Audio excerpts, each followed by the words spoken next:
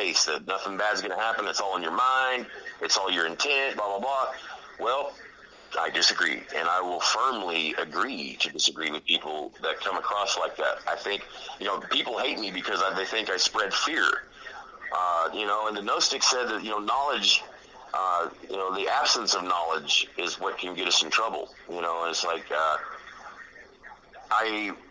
maybe I made a mistake by going public with this because it seemed to have catapulted the whole phenomenon. It seemed to have increased it now, 1,000-fold.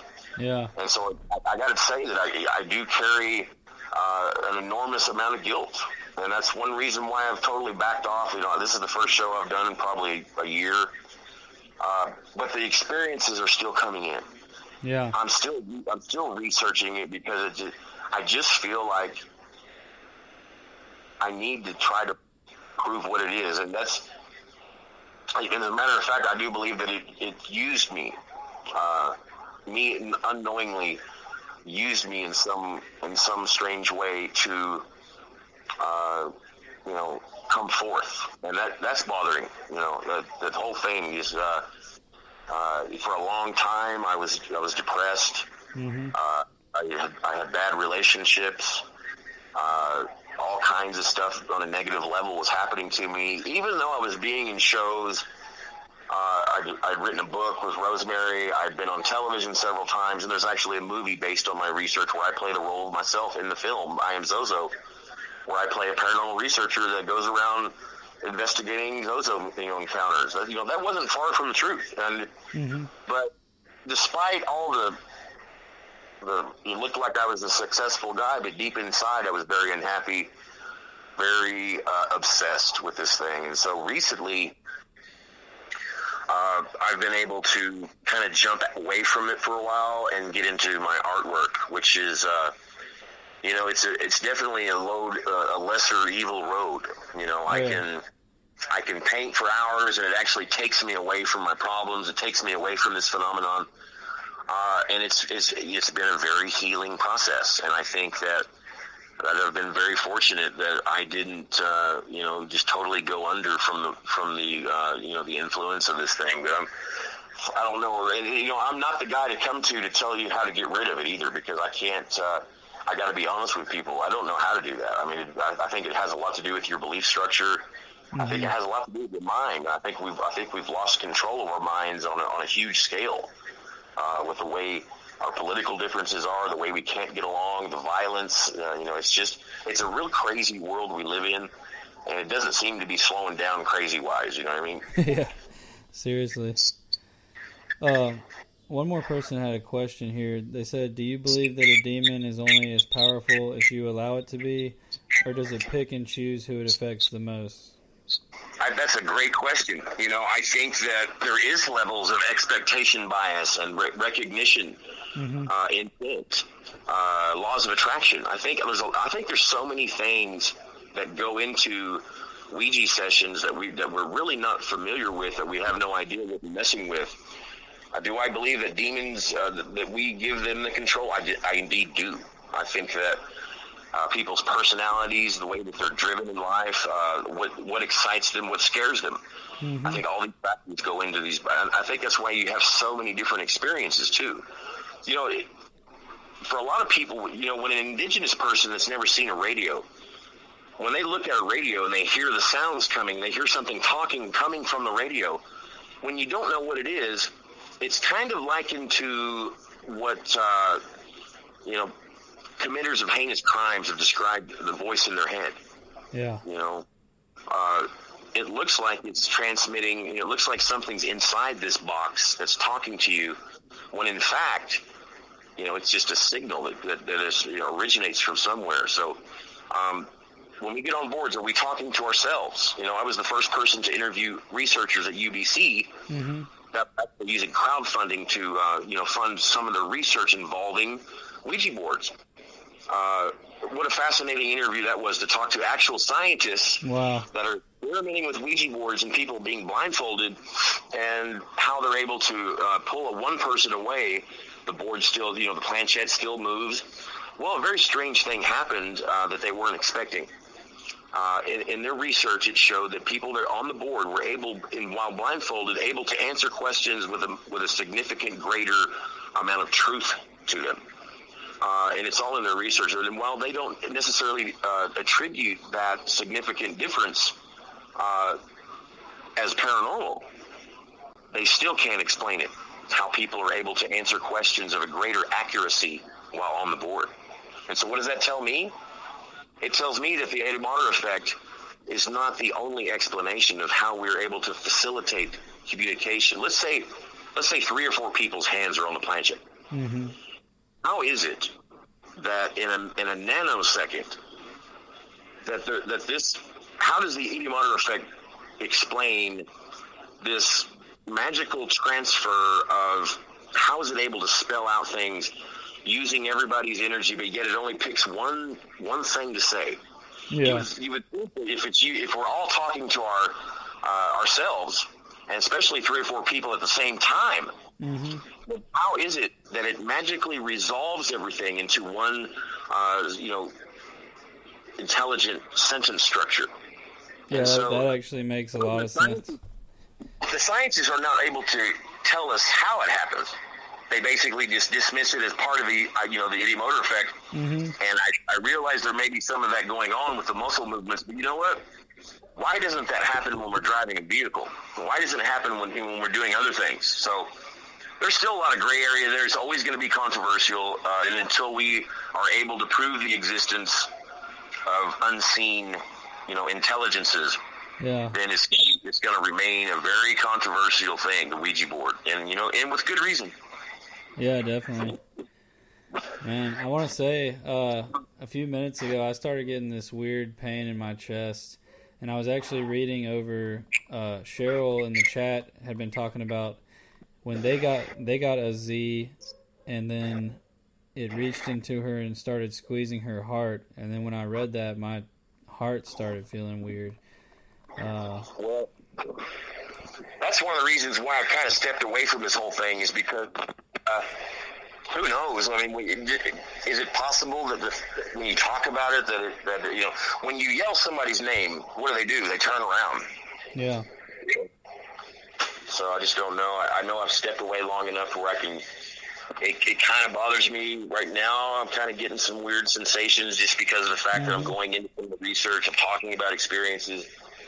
And I can tell you a lot of radio shows I've done, there's been some weird shit happen. I mean, it's just the way it works. I can't explain it, but it continues to happen. No, I feel you. When I was, studying into the demonology and stuff, I definitely noticed things like that too. And like you said, depression and, anxiety attacks. We've also been getting some weird audio interference that I usually don't hear. Really? Like at one point, it sounded like you got way quieter on the phone, and then it went back to normal, and then the call dropping too. That was definitely weird. Yeah, it's been there's been some crazy things that have happened during these interviews with screams being heard. One weird, but I can't remember what show it was on. But my voice turned into this weird, demonic robot type sound, and I have no idea, how that happened. But I don't know. I can't explain it. And there's a lot of haters out there that hate me because they think I'm trying to force my beliefs down people. People's belief that I've never tried to do that. I do. I basically show what I find. Well, you better believe this. I'm not that kind of person. I expect, if you read my book, and I say in the book that, it's not up to me to convince you that this is true, but it is up to me to put out the research and my experiences, and you make your own mind up. Mm-hmm. No, that's definitely the vibes I get from you, and I don't feel like you tried to force anything on us. You just explained your research and what you found. And I think it's very interesting. It's not up to me to, try to convince anybody of this stuff. It's just, when I find something, I put it out there. I put screenshots of where I found it. Mm-hmm.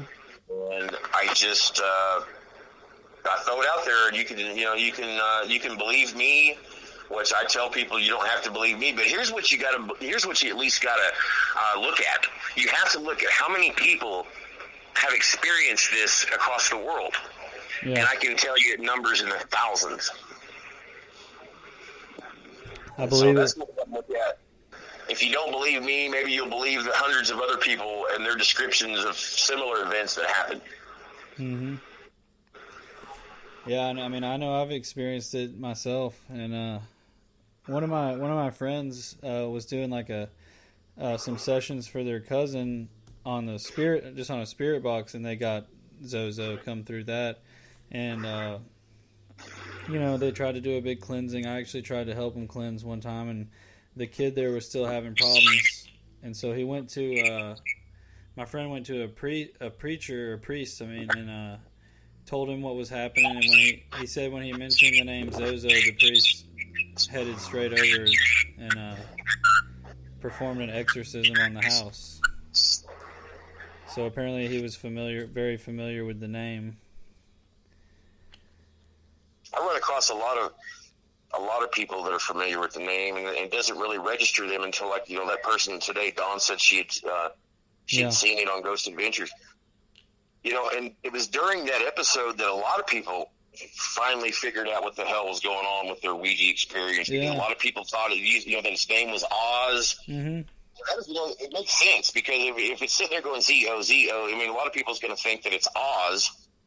Yeah. And there's been a lot of experiences that, it's the people that, they thought they were dealing with something called Ozo or Oz, and then Ghost Adventures does, their episode, and millions of people figure shit out pretty quick. It wasn't based on, just my stories. It was big, this whole thing isn't about me. It's about hundreds and thousands of other people, and going back through time and dealing with actual occurrences involving this word, that I've been able to, over the period of a decade, find. Definitely. And it takes a long time to find this stuff, and it takes an almost obsession to do it. Mm-hmm. And because, when somebody tells me I'm full of shit and I don't know what I'm talking about and I'm just making all this stuff up, well, that drives me to find actual things in history involving this. And, even one of the big ups at the Tulsa, or the Talking Board Historical Society, he really doesn't like me. And he called me out in public saying that I made all this shit up. Well, I shut him down pretty quick when I started putting screenshots, but he said that none of this stuff had ever existed before 2009. Well, I quickly proved him wrong. And if you're going to be the leader, or if you're going to be a high up at a Talking Board Historical Society, you better be able to back up something when you tell me that I'm a liar and that I've fabricated this, because I'm gonna respond. Okay. Yeah. And it's just part of who I am. I'm not a liar. I find this stuff, I put it out there, and you know what? If you don't believe it, that's fine. I don't care. I happen to believe in the spirit world, and if that pisses people off, then so be it. Yeah, I'm a believer too, and if you've done your research, you've found hard evidence to back this stuff. I mean, to me, it just makes a lot more sense now after hearing everything. Yeah, and I tell people, if you don't, just read the book before you start calling me out, because there's a lot of stuff in there. Me and Rose took a lot of time to group all this information, mm-hmm. using actual people's experience that I've got permission, from them to there's a lot of stories in there, other people, that want to come forth and tell people what happened to them, Yeah. I consider it to be one of the strangest paranormal phenomenons in the world. And that's just me. I've seen things and gone through things that were very terrifying. And when I found out that other people were going through the same thing, I decided to go public. And and look at what's happened. I don't know if that's a mistake. I don't know if it's going to have a good outcome. I hope so. I hope it goes away. But it's sure not showing any signs of it. There's been a lot of signs of it becoming something that I never would have thought of. Yeah, I bet. I mean, I bet it's really, like you said. I mean, when big theme parks start doing Zozo rides, I mean, something's going on. Yeah. It's becoming a lot more mainstream. You know, there was a building that burnt down here in New Jersey recently, not New Jersey, Boston.